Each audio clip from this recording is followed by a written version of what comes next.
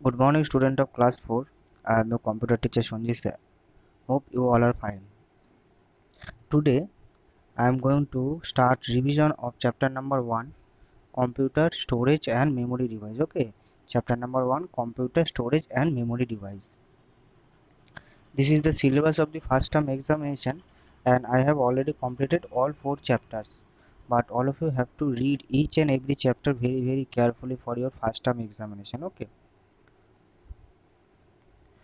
This is the content of this chapter, and in this video I am going to revise data and information, measuring memory, types of memory, and last is primary memory. Okay, so these 4 topics I am going to revise in this video.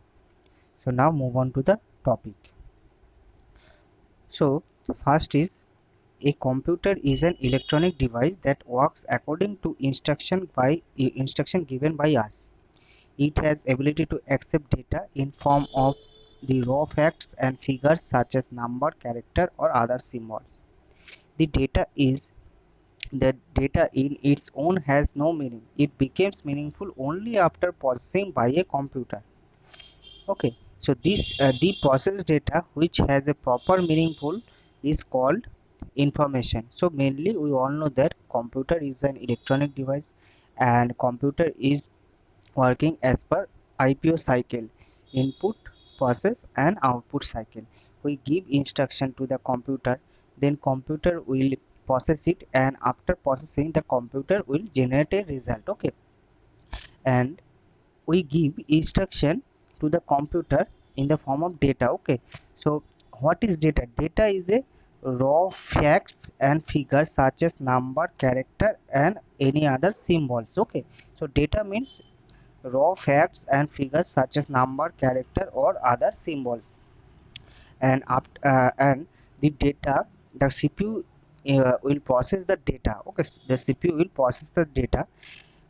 When it becomes meaningful only after processing, it's called information. Okay, so when the data processed which is proper meaning, okay, proper meaning after processing a proper meaning, then it is called the information. Okay, so mainly data means raw facts and figures, and information means when the data has a proper meaning, then it's called the information. Okay, and next is example of data and information. Okay, so marks obtained by the student in five subject each, then the percentage of marks can be calculated dividing by the total marks by 5.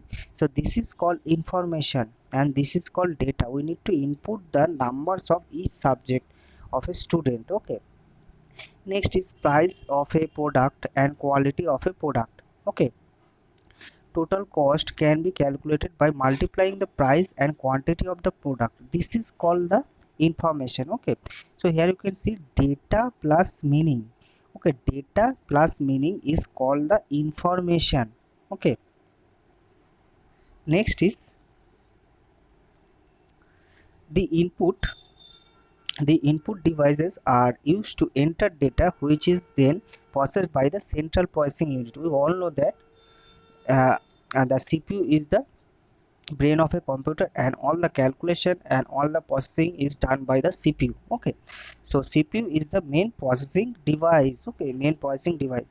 The processed information can then be displayed or printed using the output devices. Okay, output devices.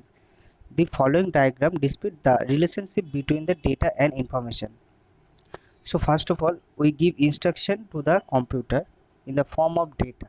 Okay, after that CPU will process the data, then CPU will generate a result which is called information. Okay, so that means we give input as a form of data, then computer will process the data, and after processing computer will generate a result which is called information. Okay, so this is the main relationship between input, process, and output.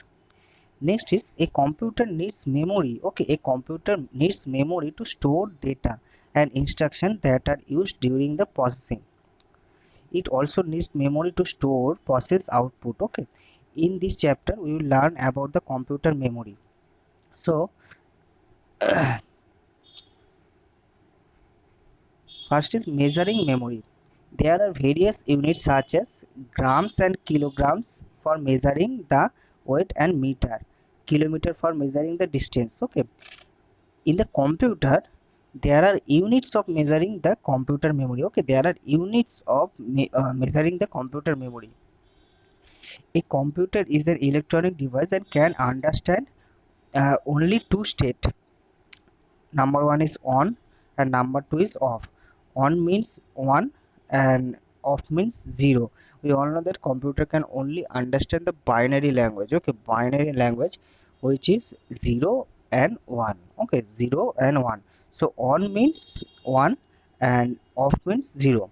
The language of zeros and 1 understood by the computer is known as binary language. Okay, binary language. The data is stored in the computer memory in form of 0 and 1s, which are called binary digits. Okay, this is called binary digits. Bit is the bit is the smallest unit of measuring computer memory. Okay, bit is the smallest unit.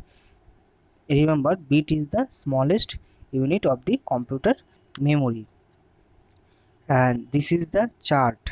Okay, so first is byte. Okay, so first is the capacity of computer memory can also be expressed in terms of bytes. A combination of 8 bits makes up 1 byte. Okay, so 8 bits, here you can see 8 bits makes 1 bytes. Okay, 8 bits, and bits is the smallest uh, memory. Okay, bits is the smallest memory unit of a computer memory. Okay, remember.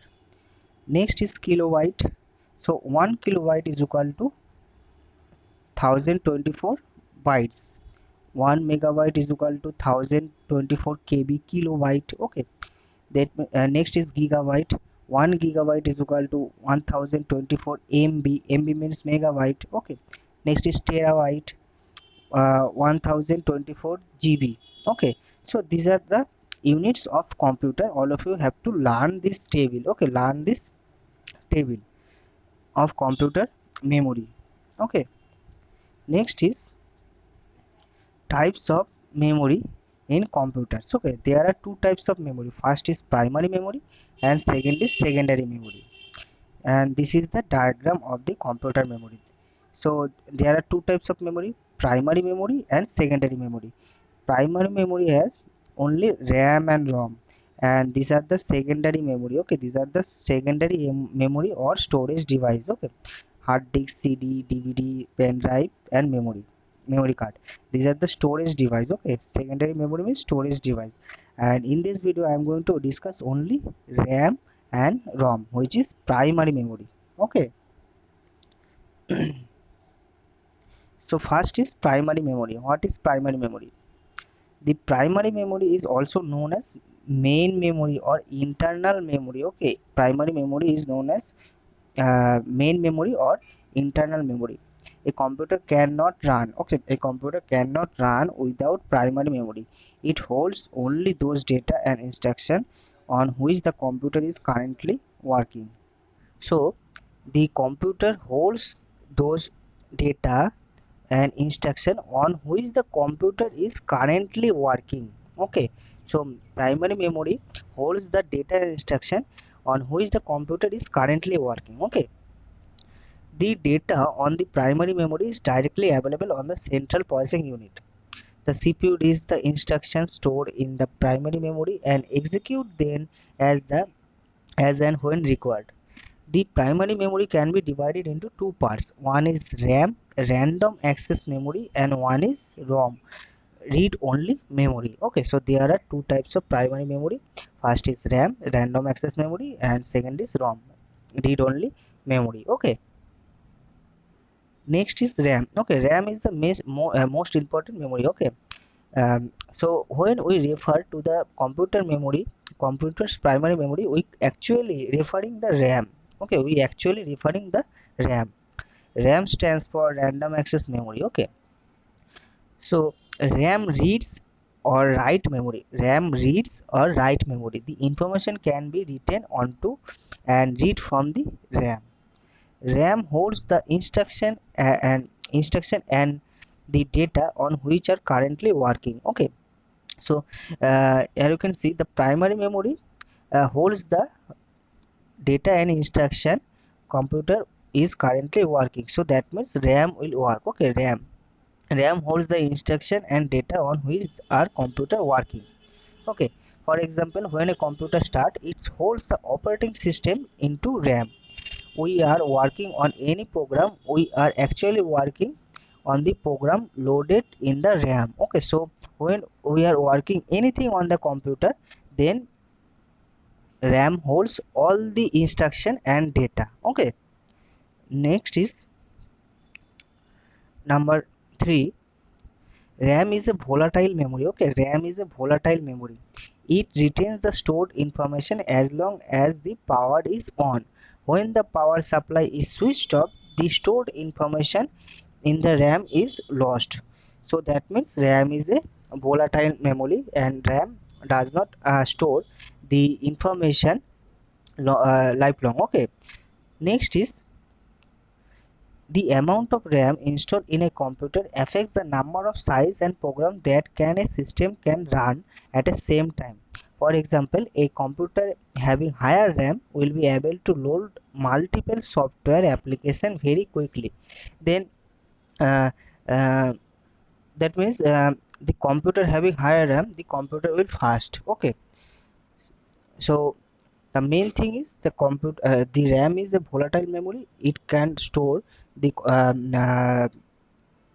data or instruction lifelong. Okay, so next is the RAM installed in the computer affect the number and size of the program that a system can be run at the same time. That means a computer which have having more RAM, okay, the computer working very fast. Okay, next is ROM, read only memory. Okay, so ROM stands for read only memory. It stored the permanent instruction required for proper functioning the computer system. Okay, it stored the permanent instruction. Okay, permanent instruction required from the proper functioning of the computer system. The content of ROM is permanently recorded at time and of its manufacturing. So first is on ROM, the preloaded data can be read. Okay, first is on ROM, the preloaded data can be read. Next is ROM is a non-volatile memory. Okay, that means ROM can store the data lifelong. Okay, so ROM can store the data lifelong. It retains the content even when the power is switched off. Okay, I- um, uh, in the other hand, ROM will erase all the stored information when the power supply is switched off. Okay, but in the other hand, the ROM is non-volatile memory and it remains the content even when the power is switched off. Okay, next is in many computer ROM is used to storing a special software called BIOS. Okay, BIOS means basic input and output system. This software helps us to loading the operating system when the computer is switched on. Okay, so these are the two main primary memory. First is RAM, and second is ROM. Okay, so I hope that all of you understand the part of primary memory and all of you have to read each and every line very properly. Okay, for your examination. So today I am ending my discussion. In my next video I will continue the revision of this chapter. Okay, so till then, take care, goodbye and thank you.